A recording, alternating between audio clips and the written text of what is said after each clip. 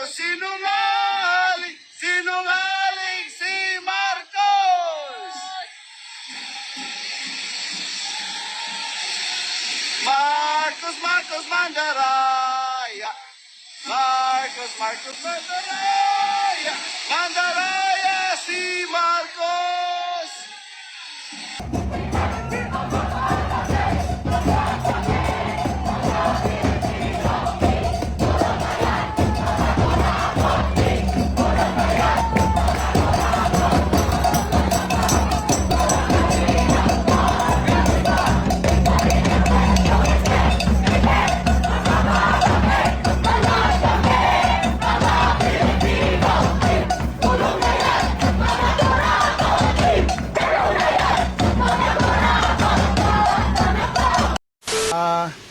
Kami po ay nandito upang ipakita sa ating Pangulo, sa ating bangag na Pangulo, na siya ay hindi karapat-dapat na maging Pangulo pa ng Pilipinas. Ang dami ng problema sa Middle East, sa ating mga kababayan na OFW, ang aming simpatiya ay nasa inyo, ang aming pagdasal ay nasa inyo. Ngunit pinabayaan na kayo ng ating Pangulong Ferdinand Marcos. Anong ginawa niya ngayon dito? Nandito nagwaldas dito sa New York City. Magkano ito? Per night dito is 1,500 yung ano lang yan, minimum. So kung naka-suite, in dollars. So in minimum. Tingnan mo yung mga sasakyan na dyan nakatambay. That is $100 per hour. Standby yan, ha? Standby, $100 per hour.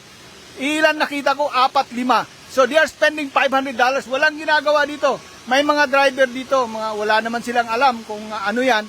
At kanina po, nandito ako kanina, nag-live din ako sa Patriotic Filipinos. Nakita ko si Secretary or si Ambassador, UN Ambassador Manalo. So, nandito siya kanina. Nako po, mga kababayan, may report ako sa inyo. Hindi na po suburban ang kotse niya. Mercedes-Benz na po. Okay? Wow. So, ganon po kasaklap ang gobyerno natin. Naka-Mercedes-Benz na. Okay? Nag-upgrade na. Ngunit tayong mga OFW naghihingalo doon sa bansang sa Middle East. Okay po? So, ganyan po ang pangyayari sa gobyerno natin. Tigilan na natin sana itong mga kagalukuhan na to. Gumising kayo. Manawagan ako sa AFP. Manawagan ako sa PNP. Gumising kayo. Mga talawan kayo. Wala kayong bayag. Maraming salamat po. So, kanina marami kami. Kasama namin yung worst enemy namin few years ago, naging kaibigan na namin kasi ano na sila pareho kami na anti-Marcos. So ang sa amin lang, yung promise ng DFA ba yun? At saka OWA na $200 per OFW, ang ending naging 20. Yun ang sinabi ni Ma'am Eloy. Ma'am Eloy, shout out sa inyo dyan sa Dubai. So marami kaming, we were wondering.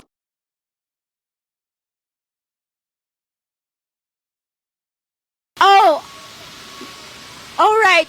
So sa likod namin, meron ding mga anti-Marcos doon. So parang wala siyang peace of mind ngayon dito kasi talagang ang daming nagagalit. Gusto ko lang itong i-share sa inyo, no? May mga haka-haka na pupunta siya ng St. John Hopkins Hospital in Baltimore. Pwede po 'yan.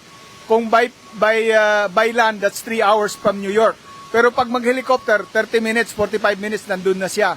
Ang John Hopkins ay may helipad. So posible na kaya kami nandito ngayon, inaabangan namin posible na aalis siya at pupunta doon dahil magpapagawa ng kanyang puwet na inayos ni Mr. Puwet, ni Mr. Tubig. So, mga kababayan, nandito po kami. Hindi po kami aalis dito hanggat hindi natin makikita kung anong mga... Kasi usually, ang New York ay tinatawag na the city that never sleeps. So, ito ngayon, nandito ngayon So makikita nito ngayon, marami itong mga kababalaghan na mangyayari dito. At alam naman natin na kahit saan may cocaine, maraming cocaine sa New York. Okay? So, first class cocaine nandito sa New York. Walang fentanyl na kasama. So, yan ang siguro pinuntahan ng bangag na Marcos Jr. dito sa Amerika.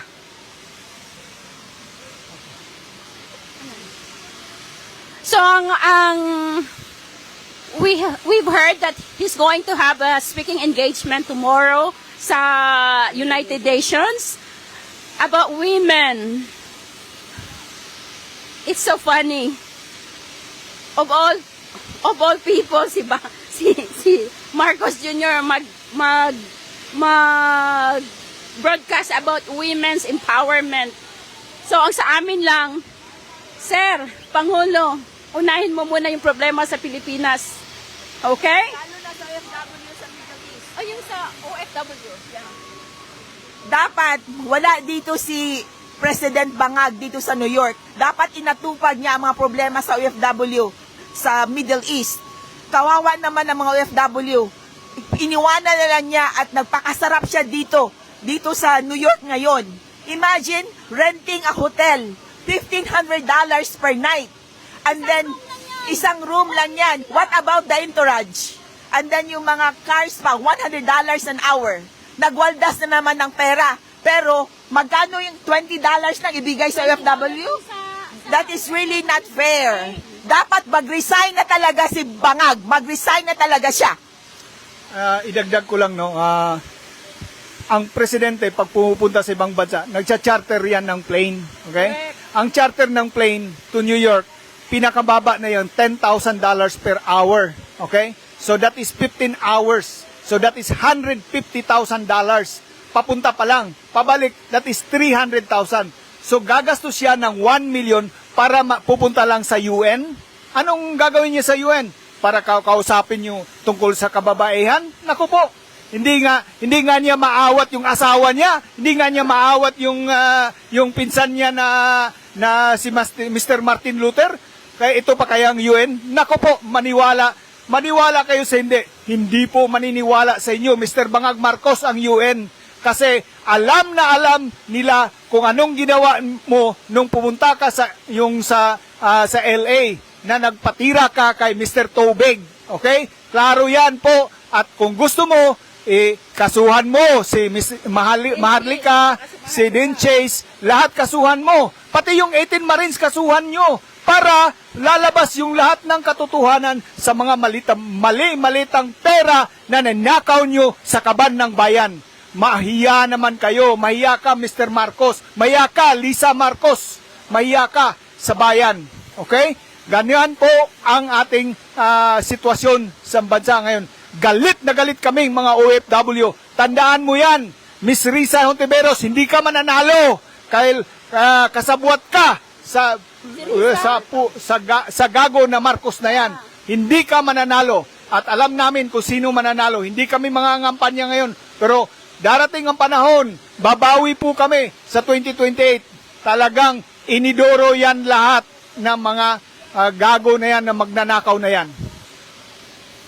Idagdag ko lang kanina, na doon kami sa United Nations, there are professors from NYU looking for the protesters nagrarally against kay Marcos. So, Mr. Marcos, this is what they said. We've heard about your president. He is so corrupt. So, pati ibang lahi, alam na alam nila. So, alam din nila yung about sa drugs. So, alam mo, para kaming kandila na ano kami. Ano na yan? Gulfstream ang sinakyan. Ay, Gulfstream. So, yung panahon ni Tatay Digong, we are so proud to be a Filipino. But, kabaliktaran po ngayon. Pasensya na. This is from our heart. Hindi kami proud na Pilipino kami dito sa New York at saka sa Amerika. So, isa pa, pwedeng, Tatay Digong, for the past 6 years na naging presidente ka, gusto namin talaga makita ka namin dito. Pero naintindihan namin na gusto mong magtipid. Nagtitipid ka para sa amin. Pero kabaliktaran po itong nangyari sa panahon ni Marcos Jr. Alright? And then, shout out pala sa aming Pangulo, Attorney Valera. Nagpapasalamat kami. Meron kang prayer. So, ipopost na lang namin mamaya yung prayer mo sa page. At salamat sa kay Pong. kay DJ. Galera sa President ng SBS New York at Maisog USA.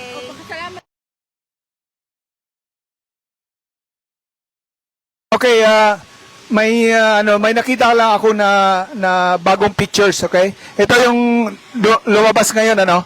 Ito ang sinakyan niya isang Gulfstream, okay? So private Gulfstream, so chartered Gulfstream ang sinakyan ng Bangag Marcos at Lisa Marcos, okay? So $10,000 per hour. So yan ka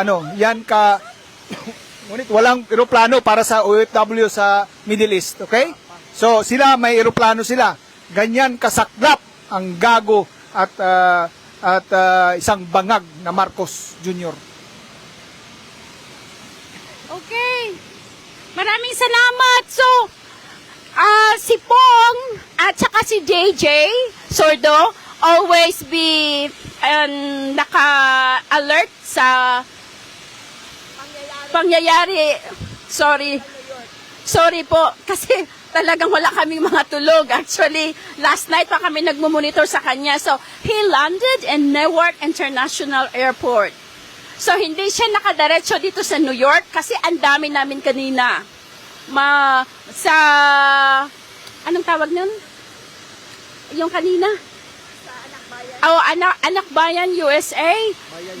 Bayan USA, maraming salamat sa inyo na they welcome us to be part of their group.